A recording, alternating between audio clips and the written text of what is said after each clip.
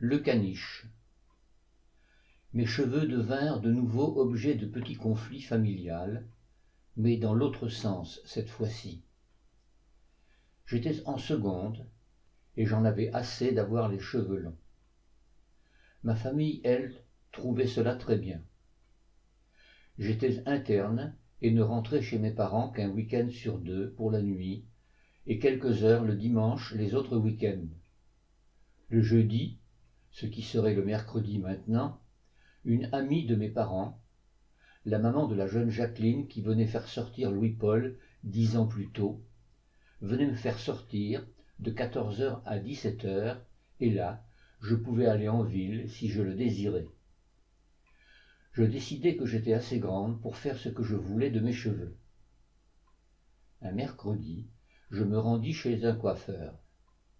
J'expliquai que je souhaitais que l'on me coupât les cheveux très courts, de façon à pouvoir les récupérer et les faire monter en perruque pour changer de coiffure lorsque j'en aurais envie. La coiffeuse protesta en me disant que cela me ferait un trop grand changement, que je le regretterais et le lui reprocherais par la suite. Elle me dit qu'on n'opérait pas un changement aussi radical, etc. J'insistai, mais elle me demanda de lui faire confiance et de la laisser faire, m'assurant que je serais satisfaite. Je finis par la laisser faire.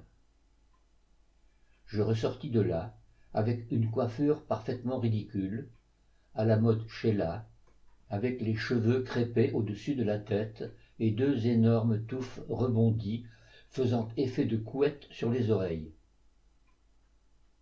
Je reçus dans une enveloppe une couette ridicule, pas assez longue pour être transformée en la perruque dont j'avais rêvé. Je ne passai pas inaperçu à mon retour à l'internat et, vu la mode capillaire de l'époque, la coiffure ne m'allait pas si mal. J'espérais qu'elle aurait encore quelque allure le samedi après-midi lorsque papa viendrait me chercher. J'avais de 16h à 17h, juste avant son arrivée, un cours de gymnastique qui, forcément, n'arrangea pas les choses. Lorsque je dis bonjour à mon père, il me regarda pendant quelques secondes, mais ne dit pas un mot sur le sujet. Je finis par lui demander ce qu'il pensait de ma coupe de cheveux. Il me répondit de façon fort concise. « Tu as l'air d'un caniche ». Puis nous parlâmes d'autre chose. Maman me fit le reproche appuyé de ne pas en avoir débattu avant avec les autres membres de la famille. Mon frère ne dit rien. Lorsque je lui demandai son avis, il me répondit qu'à mon âge, il estimait que je pouvais bien faire ce que je voulais de mes cheveux. Mais il ajouta que mes longs cheveux étaient jolis et qu'il aurait aimé connaître ma décision afin de pouvoir, avant la coupe, faire quelques photos souvenirs.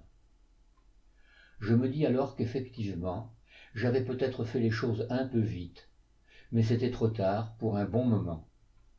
Les cheveux, ça repousse, mais lentement. Cette histoire fait écho à celle de ma tante Jacqueline, aînée de quelques années de maman. Une génération plus tôt, mais à un âge supérieur à mes 15 ans, puisqu'elle était à l'école normale, elle se fit également couper les cheveux, sans prévenir, bravant ainsi les valeurs familiales, car, en ce temps-là, c'étaient surtout les prostituées qui portaient les cheveux courts.